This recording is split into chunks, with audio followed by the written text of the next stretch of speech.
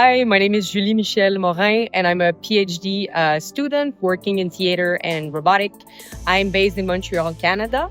And with my project at ITU, I'm doing a performance called Reassembling the Bolts of Care. And it's a short 15-minute performance about the robotization of care in the health system.